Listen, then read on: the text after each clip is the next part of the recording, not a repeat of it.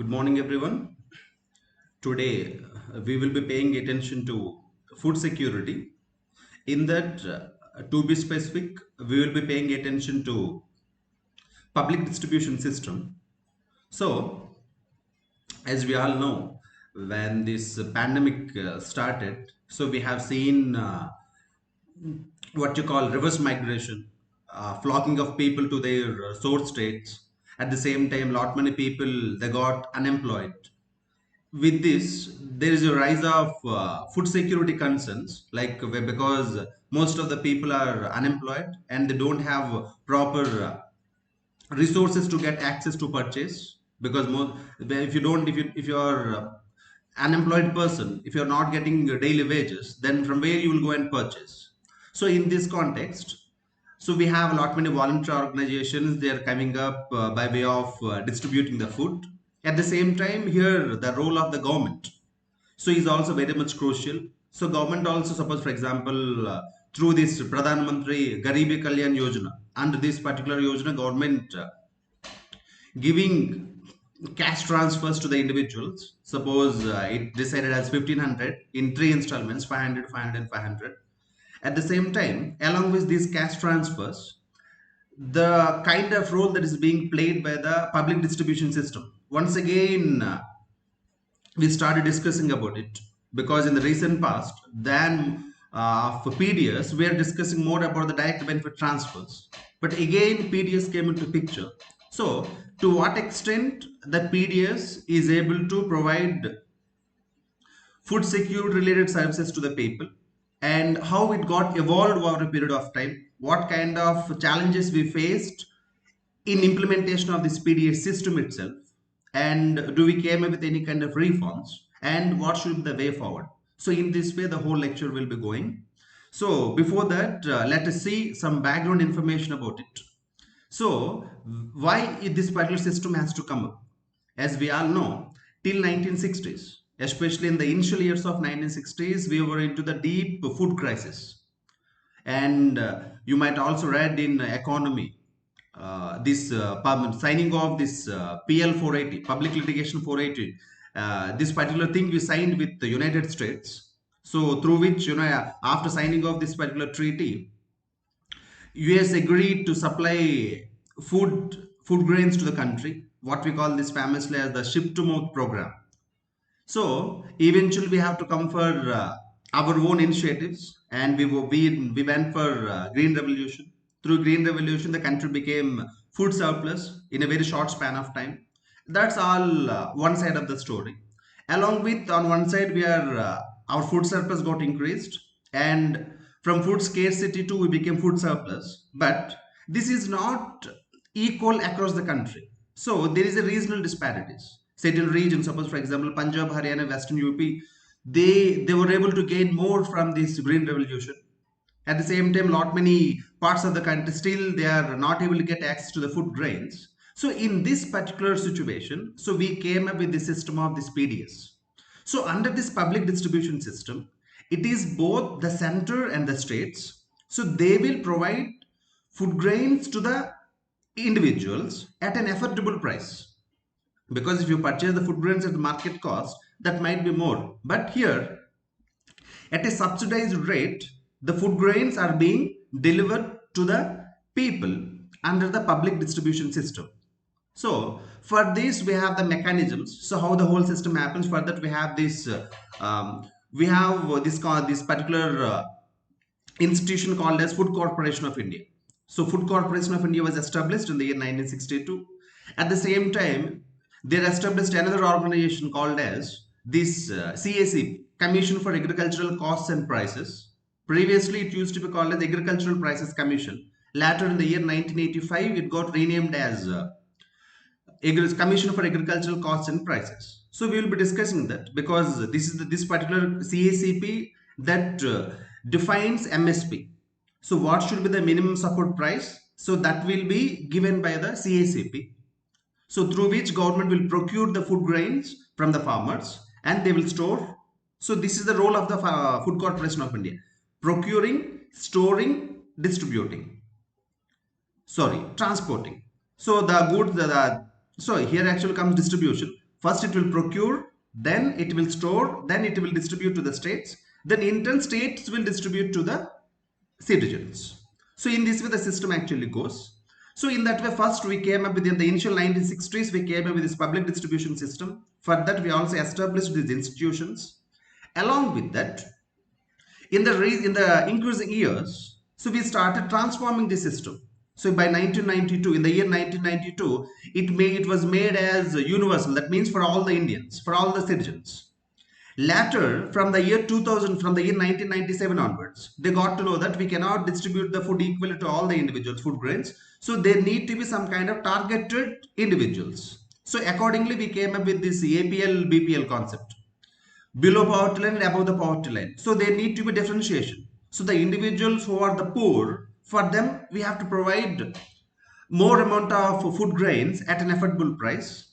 So in that way, we came with a concept called as targeted public distribution system, under which we also came up with the different varieties of ration cards. That's why we have white ration card, pink ration cards, like that we categorized. White ration card holders means mostly they are the below poverty line individuals. So in such a way, by 1997, this particular PDS got transformed to a TPDS, Targeted Public Distribution System. At the same time, in the year 2000, they further reformed it by paying more attention to the poorest of the poor. Along with TPDS, among the TPDS, that means among the BPL population, there are certain population those who are the poorest of the poor. For this poorest of the poor, we came up with another one. That means by giving extra more food grains at a very affordable prices. So this is what we call as Antyodaya Anna Yojana. Under this Antyodaya Anna Yojana, to the poorest of the poor, poverty, like people who are reeling under poverty, for them at the same affordable prices, more amount of grains will be provided. So in that way, we keep on transforming the public distribution system. By the year 2013, we came up with National Food Security Act. Under National Food Security Act, right now, food security is the judicial right of the individual. So for each and every individual, the government should provide proper food. Like what we used to have these famous slogans, right? Like what you call roti kapda makan. So under this roti kapda makan means having a proper food, proper shelter and proper clothing, having a proper dignified life. So under this, having a proper food, because we have this right to life under Article 21 of the Indian Constitution. So to fulfill that further, so government provided judicial right to the individuals under the National Food Security Act. So under which it came with decent provisions like how much amount of wheat should be given at what price, how much amount of rice should be given, how much amount of other food pulses should be given. Like suppose for example, we have the other coarse cereals like this bajra, ragi, jowar. So these cereals also has to be distributed at a very affordable prices. So in that way, over a period of time, the public distribution system started transforming itself. So on one side, when PDS is transforming itself, at the same time, it is also associated with certain challenges. So before going into the challenges, let us try to understand the importance of public distribution system. And before that also, if you want, you can see here how it functions. First, the food grains will be procured from the farmers. It will be procured by the central government by giving certain amount of minimum support price to the farmers. This minimum support price will be given by the CACP. By giving that price, the grains will be procured. Who will procure that? Food Corporation of India. After procuring, they will store it. From there, they will give those goods, they will distribute those food grains to the state governments. State governments in turn will segregate it further and will distribute that to the FPS, what we call them as the fair price shops. We will call them as what you call dealers, like the local area we used to call, right? Ration shops. So these ration shops, what we call them as the fair price shops. Through the fair price shop, the beneficiaries, those who are holding the ration cards, they can avail the food grains. So in this way, the whole system actually functions. So if you go to the importance, so this is what the actual importance of the public distribution system. For what purpose we actually came up with this system.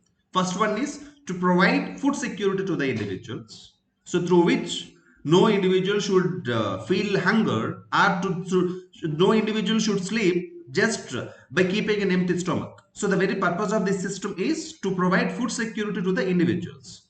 Second one, it also acts for stabilizing the food prices, because whenever there is a sudden supply, because in India we know the food supply comes as per the seasons. Suppose by the end of the rabi season, by the end of the kharif season, we used to have more of the rice. End of the rabi season, we used to have more of the wheat crop. So when there is a sudden supply of the food grains, then the demand will fall.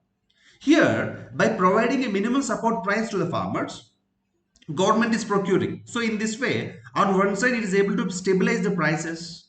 At the same time, in the coming days ahead, suppose for example right now if you see, because we hold at the buffer stock right now, when we are in this crisis situation, this buffer stock is becoming helpful to distribute to the people. So on one side it is for providing security, food security, on the other side to maintain price stability and to maintain this buffer stock. At the same time, we know there are certain regions there we have food surplus. If you take the case of Andhra Pradesh, East Godavari, West Godavari. If you take the case of Tamil Nadu, the Kaveri Delta region. If you take the northern parts, the western UP, Punjab and Haryana regions. So there we have this. Take the case of Karnataka, southern Karnataka. So we have this food, we have the surplus grains there. So these food grains, they are not equal across the country. So under the PDS, what we are doing? So we are getting the food surplus from one region and we are redistributing them to the deficient ones. So in this way, it is also providing, like it is also helping here to redistribute the food grains. So these are the like important things we have under the food public this public distribution system. So this is what the importance. Next is what are the issues. So here this is actually important for us. So what are the issues actually? So the first and foremost, until the recent linking of Aadhaar with the ration cards, it comes up, there used to be huge inclusion exclusion errors. At the same time, there used to be lot many duplicate cards. Some individuals used to hold three, what we call them as the ghost cards. Individuals won't be there, but still the cards will be present. So there will be there used to be a lot of inclusion exclusion errors. The individuals who are not required to be included, they used to be included. The individuals who are necessary to be included, those individuals are not included. The most sufferers are these migrant laborers. The migrant laborers, because they used to go to another place, in most of the occasions they are not used to avail the PDS, because to avail PDS you should be at your locality. PDS is not available across the country, right? So you have to have your presence in your locality. There only through the fair price shops the food grains will be distributed. So for most of the people, especially for these migrants, it used to be a biggest problem. And the next most important thing is the leakage. If you see the Planning Commission's report, 36% of the food grains that are being stored are getting rotten. There always used to be things like, on one side there used to be corruption, and on the other side there used to be rotting and eating it is free of cost for the rats. So they used to enjoy the food more than the people. And we have the shortage of storage. Sometimes what's the out of compulsion, because Food Corporation of India has to procure. It procures, but it doesn't have the storage capacity. So that's why sometimes they used to lie idle. That's the reason they used to get rotten. At the same time, sometimes because because they will promise to the farmers that they will procure under the MSP, they will procure from the farmers. Because Food Corporation of India is procuring more, sometimes that the amount of stock is more with FCI than in the open market. So what it is creating here? So it is creating a shortage of supply in the open markets. Okay. At the same time, now though we are providing minimum support price for 24 crops, you can remember this as 2 dozen crops. Though we are providing MSP for 2 dozen crops, because government, especially the FCI, is procuring more rice and wheat, most of the farmers started growing only rice and wheat. Eventually led to where this discouraging crop diversification, because the demand is more for the rice and wheat. That's why I will be growing only rice and wheat. So it eventually even impacted the environment also, because if I'm continuously growing the same crop, after some time the agricultural productivity of that particular crop will be reduced. At the same time, it encourages monoculture. If you grow the same crop, on one side it is reducing the diversity. At the same time, it will be creating impact on the environment also. And if you continuously grow with this monoculture, it impacts the biodiversity. Suppose, for example, in certain areas like Punjab and Haryana, due to extensive production of this paddy and wheat, right now, for that they have to go for more. They have to use water. That's why now they are facing the waterlogging issues. So these all are impacting the environment. At the same time, as I mentioned here, right now, according to the National Food Security Act, the coverage is like this: 75% of the rural population has to be covered, 50% of the urban population has to be covered. If you combine the whole population, that means the 75% of the rural and the 50% of the urban, if you combine this whole population, this itself is amounting to 67% of the country's population. So according to the National Food Security Act, 60%, 67% of the country's population will be covered under the public distribution system. But the thing here is, from where this data was taken? This amount of population, the amount of population in the rural areas and the amount of population in the urban areas, this data was taken from where? From the census 2011. When census 2011 came, that time, what was the population of the country? 121 crores, 1.21 billion. Right now, what's the population of the country? It reached 1.35 billion. So right now, if you see, according to the census 2011, if you go for the 67 percentage, it is equal to around 80 percentage. To be specific, around 81.2 something. Right now, if you see, according to the recent population, it is around 92 crore. Where is 81? Where is 92? That means on an average, there are 10 crores population. They are not actually getting the PDS. You understood the calculation here. They took the data from 2011, but right now the population got increased. But in most of the occasions, most of the states were actually reluctant to this what you call to modernize these ration cards, or to what you come up what you the thing is like to reform. Suppose take the case of Jharkhand. In the state of Jharkhand, it's a very pity situation. They're not modernizing the ration cards. One of the reasons what they're mentioning, because central government provided only this much data. We have to cover only 67% as per the census 2011. So these all are the issues associated with public distribution system right now. Here you can see the picture.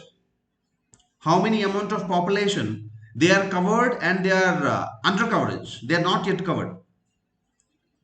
What's the population size? You see in the state of Uttar Pradesh itself, around 3 crores population, 2.8 crore population, they are being left out of this public distribution system.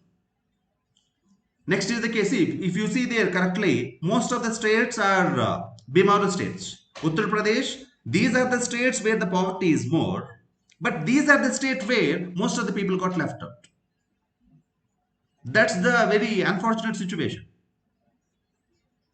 So this is the kind of thing you can learn from by using this particular infograph. Then the next is, there are some recommendations. In the year 2014, Union government appointed one committee with respect to recommendations with respect to the restructuring of Food Corporation of India. This committee gave a recommendation that we have to reduce the food coverage under the PDS from 67% to the 40%. Here you may think, so how come this committee will recommend like this? Actually, it should be increased. But according to this committee, according to the Shanta Kumar committee, this reduction should be transformed towards DBT. DBT means what? Direct benefit transfer. So what the Shanta Kumar committee is saying is like, let us give more importance to the direct benefit transfer than to the PDS, because we have a lot many challenges under PDS. We have leakage issues, and we have environment related issues, and we have supply shortage. So these all issues are there under the PDS. So to reduce the challenges of PDS, so it's better to go for the DBT. So that's the whole stressed issue of the Shantakumar committee. It mentioned the reasons. What are the reasons for these recommendations? First of all, procurement issues. This committee mentioned that though we are saying that Food Corporation of India is procuring more, but if you see right now, only 6% of the farmers are able to sell their produce to the Food Corporation of India. That means majority of them are not selling. At the same time, there are a lot of leakage issues and excess of storage. Not required to store that much amount of food grains, but still, Food Corporation of India is storing more. So eventually, it wants the winding up of the Food Corporation of India. It wants to shift towards what you call direct to benefit transfer, because right now most of the individuals got the bank accounts. So we have this thing called a JAM, Janadhan account, Aadhaar number, mobile number. Because we have these three, if you are able to combine these three, on one side you can reduce the duplicacy, you can maintain transparency. So in that way, DBT is more beneficial to the individual than the PDS. This is one of the arguments. I'm not saying that DBT doesn't have any challenges. DBT too got its own challenges. But in the recent past, because we are facing more challenges with PDS comparing with DBT, so there are recommendations for implementation of DBT more than that of the PDS. So this is some information about committee recommendations. Then we will be going for these PDS reforms. So recently there are very good reforms we have actually seen, like after linking of Aadhaar number with the ration card, we drastically able to reduce the duplicate cards. Right now we can identify the real beneficiary, who is the real beneficiary to avail this benefit. So that's the purpose for which Aadhaar card came up. That's why the Supreme Court also, why, though it mentioned the right to privacy, but still it agreed for the Aadhaar Act. The reason, right now the Aadhaar can be used for implementation of the governmental schemes. That's what the stand of the Supreme Court. Why the Supreme Court has to use this? The reason is because Aadhaar will be very much useful in reduction of the duplicacy. Right now, by linking this Aadhaar card number with your bank account and the mobile number, it provides a very good opportunity for the people. Like they don't need to waste much of their time. So when the amount that is being deposited into their account, they will get an alert. At the same time, government also will come to know who is the real beneficiary with the help of the Aadhaar. At the same time, Supreme Court also appointed one committee like to review the PDS. This committee also came up with the very some good things, like it mentioned there are very good initiatives that are coming up. Like suppose take the case of GPS tracking of trucks. The state of Chhattisgarh, though this particular state got under the influence of LWE, left-wing extremism, what we call Naxalism, but still in this state the PDS system is very effective. What they used to have is like they ask whenever the truck is moving with this load of PDS grains, there used to be a GPS tracker to that. They will come to know where this truck is moving. They also have this SMS alerts. Chhattisgarh, the state of Chhattisgarh and the state of Tamil Nadu, these two are the very progressive states in terms of PDS implementation, along with state of Andhra Pradesh, state of Kerala, Karnataka, Haryana, like that.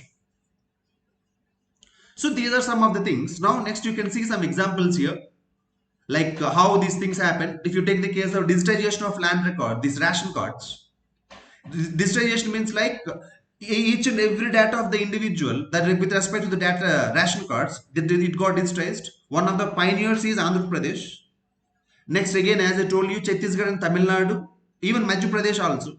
So in this way, some of these states are coming up with these kind of digitization of ration cards initiative. That means each and everything with respect to the individual's ration card that got digitized.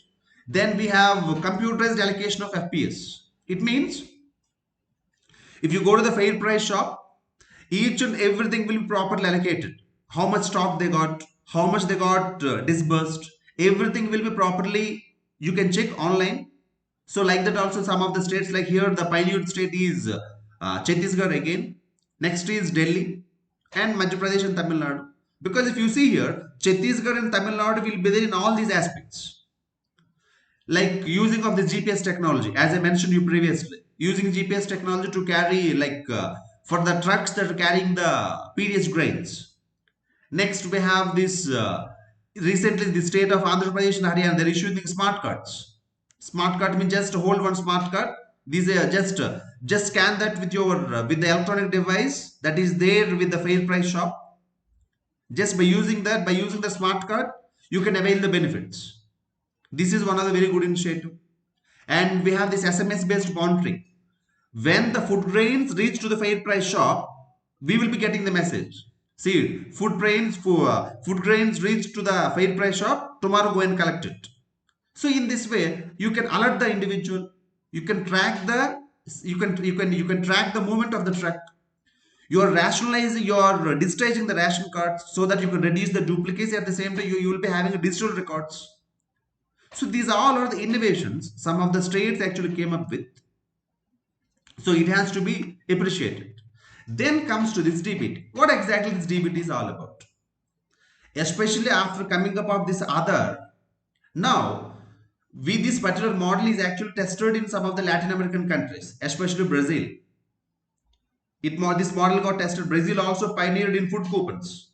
Now India also, in Indian government also trying for food coupon concept that we will be discussing after DBT. Once you get clarity on DBT. DBT means direct benefit transfer. So how much amount of food grains that the government is providing to the individuals?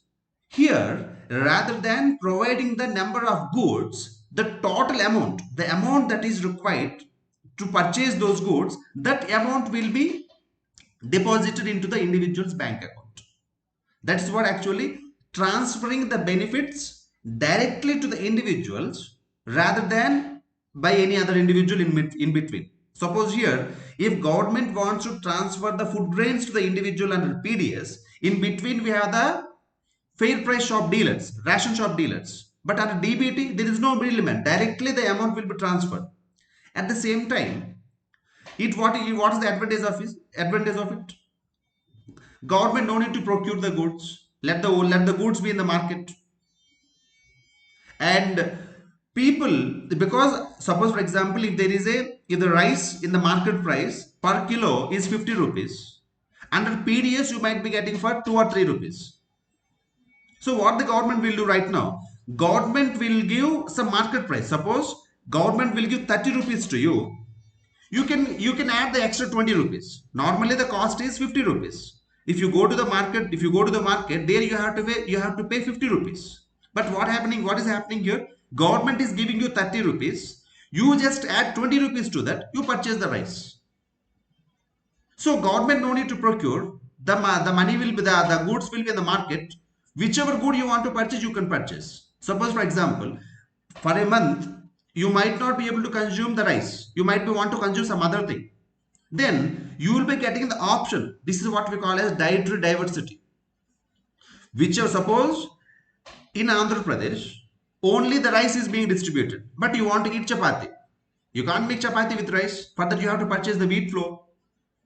So now under DBT, whichever thing you want to purchase, government no need to regulate your food diet. You can have your own diet process and you can purchase the thing you want. So for which the government will give you the support in the name of the transferring the benefit directly into your bank account.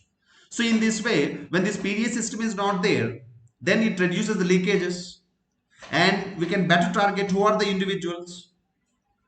At the same time, because when you are able to use this money, you will be going to the banks and all, so there will be financial inclusion. More amount of people will be reaching to the banking system, so they will be getting habituated to that. One of the challenges right now is that most of the people who are in the hinterland, they are not able to get access to the banks.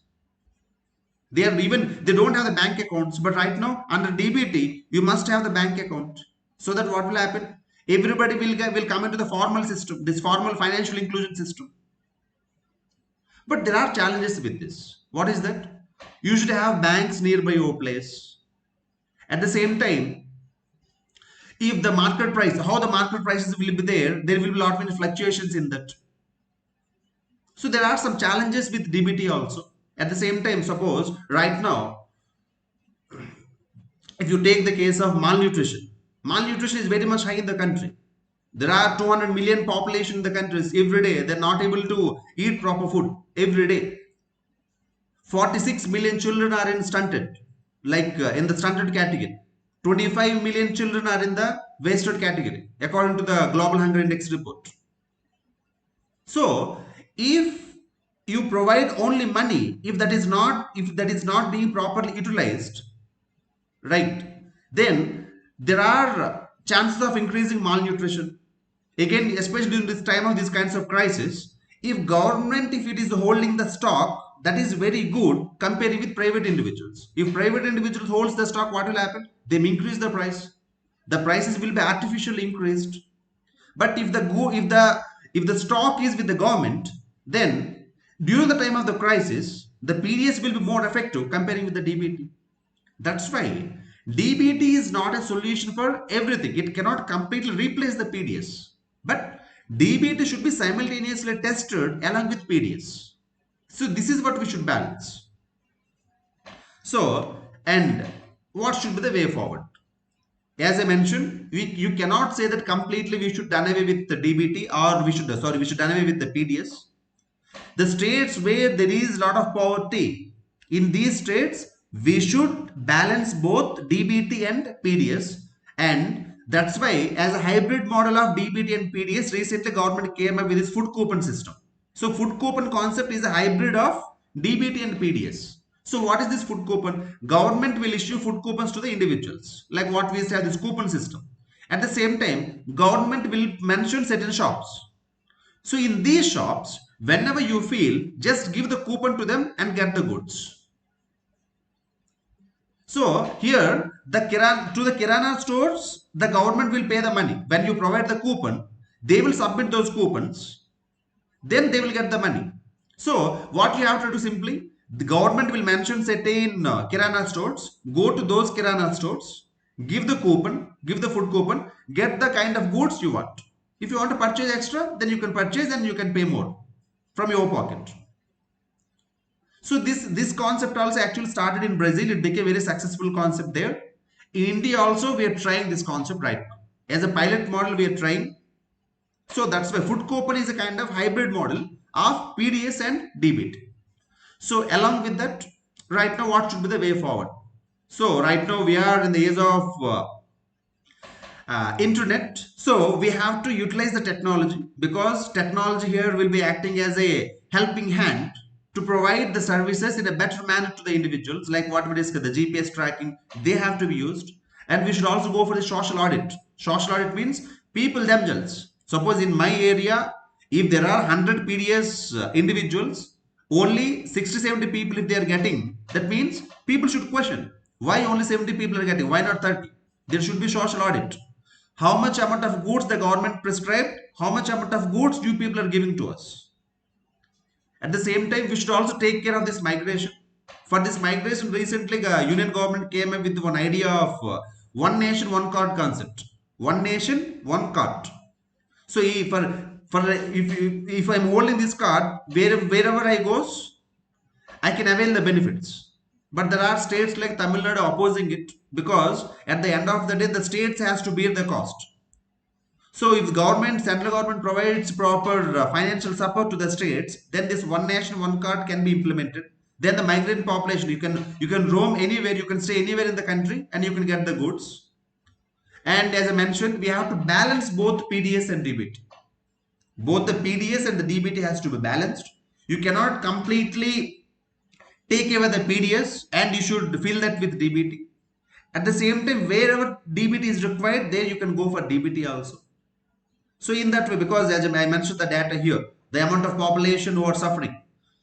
So in that way, if you are able to take up right initiatives at the right time, then the kind of food security challenges that we are facing, these can be effectively tackled, and we will Like the population of the country will be happy because they are being taken care by the government. Okay, so in that way, for the whole population, we can able to provide proper food security. So with that, I'm ending the lecture and I'm posting the question here, and you can see this. Discuss the importance of public distribution system in the country, and also explain the challenges involved and the reforms that are required to overcome these challenges. Like what I mentioned, you can mention all those things in a 250 words format. So with that, I'm ending. Thank you.